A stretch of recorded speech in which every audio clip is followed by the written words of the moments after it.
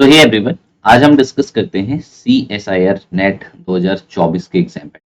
ठीक है, तो प्रीवियस ईयर के अगर आप एग्जाम पैटर्न देखोगे तो आपको एक आइडिया मिलेगा और ये बहुत जरूरी है अगर आप नेट या गेट किसी भी एग्जाम को देने जा रहे हैं, IIT जैम, कोई भी आप कॉम्पिटिटिव एग्जाम देने जा रहे हैं, तो आपको जो पुराने साल के पेपर है उनके एनालिसिस होना बहुत जरूरी है कि किस तरीके से एग्जाम पैटर्न होता है, किस तरीके से एग्जाम में चीजें आ रही है। सबसे पहले फिजिक्स के अंदर अगर आप जा रहे हैं तो 4 सब्जेक्ट अपने बहुत स्ट्रॉन्ग बना के चलिए, क्योंकि यहाँ से मैक्सिमम क्वेश्चन आते हैं, जिसमें मैथमेटिकल फिजिक्स है, क्लासिकल मैकेनिक्स है, इलेक्ट्रोडायनेमिक्स है और क्वांटम मैकेनिक्स। ये 4 ऐसे पेपर है जिनके अंदर हमें लगभग लगभग 8 से 10 क्वेश्चन देखने को मिलते हैं। मतलब मिनिमम आपको 7-8 क्वेश्चन सबसे दिखेंगे। अगर आप ऑन एन एवरेज 8 क्वेश्चन भी लेके चले, आपको 32 क्वेश्चन इन सेक्शन से मिल जाएंगे। टोटल 32 क्वेश्चन बहुत ज्यादा होते हैं। ठीक है, क्योंकि आपको एग्जाम में एक अच्छा जो है ओवरऑल मतलब क्वालिफाई करने के लिए, JRF निकालने के लिए ये 4 ही पेपर मोर देन इनफ है। ठीक है, इसमें आप मान के चलिए कि हर एक जो 4 सब्जेक्ट मैंने बताया उसमें हर एक में से 2 या 3 लॉन्ग आंसर क्वेश्चन आते हैं 5 नंबर। ठीक है, यानी कि 2 मैथमेटिकल से आएंगे, 2 EMT से आएंगे, 2 आपके क्वांटम मैकेनिक्स से आएंगे।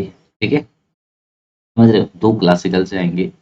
कम से कम 2-2 आपको लॉन्ग आंसर देखने को। फिर सेक्शन ए में देखें, सेक्शन बी जो देखें वहाँ पे 3.5 मार्क्स का जो क्वेश्चन आता है, वहाँ पे भी आपको 3-4-5 क्वेश्चन देखने को मिल जाते हैं हर एक सब्जेक्ट से, इन चारों में से। तो बहुत इंपॉर्टेंट है ये 4। उसके साथ साथ ठीक है, जो लॉन्ग आंसर क्वेश्चन है शॉर्ट में नहीं आते, लॉन्ग आंसर में देखें तो एटॉमिक एंड मॉलिक्यूलर फिजिक्स के 2-3 क्वेश्चन दिख जाते हैं हमको, सॉलिड स्टेट के 2-3 क्वेश्चन दिख जाते हैं, न्यूक्लियर के 1 से 2 क्वेश्चन लॉन्ग आंसर में दिखते हैं। ये जो टॉपिक्स हैं, ठीक है, atomic physics, nuclear, condense matter physics, electronics, ये जब 5 नंबर के जो क्वेश्चन आते हैं उनके लिए बहुत इंपॉर्टेंट।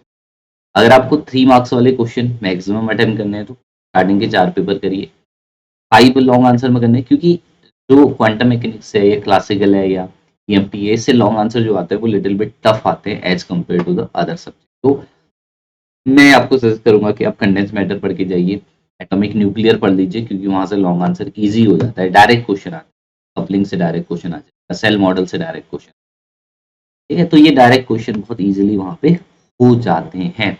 CSIR नेट का पैटर्न बिल्कुल अलग है गेट जैम जेस्ट से, तो उसको ध्यान रखते हुए उस तरीके से आप प्रिपेयर कीजिए। 2023 के क्वेश्चन पेपर को एक बार देख लीजिए कि किस तरीके का क्वेश्चन पेपर 2023 में आया था और उसमें तुम कितने स्कोर और कर सकते हो, मतलब किस तरीके से।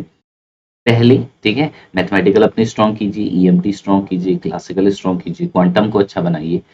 ये जब आपके स्ट्रॉन्ग हो जाएंगे तो आप एटॉमिक और न्यूक्लियर फिजिक्स भी पढ़ सकते हैं इसके साथ। 5 पेपर अगर आप नेट के लिए पढ़ के जाते हैं, 5 से 6 पेपर सारे नहीं भी कवर कर रहे हैं, ठीक है, 4 ये महत्वपूर्ण इंपॉर्टेंट पेपर ये हो गए। इसके साथ 2 कोई भी पढ़ के जाइए, एटॉमिक पढ़ के जाइए, मॉल या न्यूक्लियर पढ़ के जाइए। ठीक है, कुछ भी आप पढ़ के जा सकते हैं। तो इतने पेपर मोर देन इनफ है नेट में बहुत अच्छी रैंक लाने के लिए, JRF क्वालिफाई करने के लिए।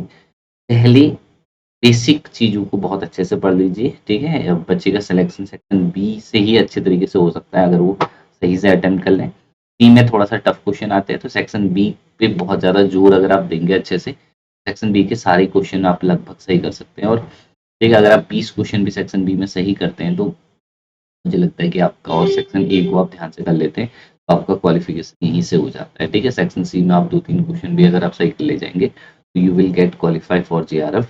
और कोई भी डाउट हो तो आप व्हाट्सएप ग्रुप जो है मेरा वहाँ पे ज्वाइन कर सकते हैं। वहाँ पे आपको नोट्स, बुक्स, ठीक है, और पूरी बेसिक क्वेश्चन सारी चीज़ें मिल जाएंगी। का लिंक मैं नीचे डिस्क्रिप्शन में दे दूंगा। ठीक है, गॉड ब्लेस यू एवरीवन।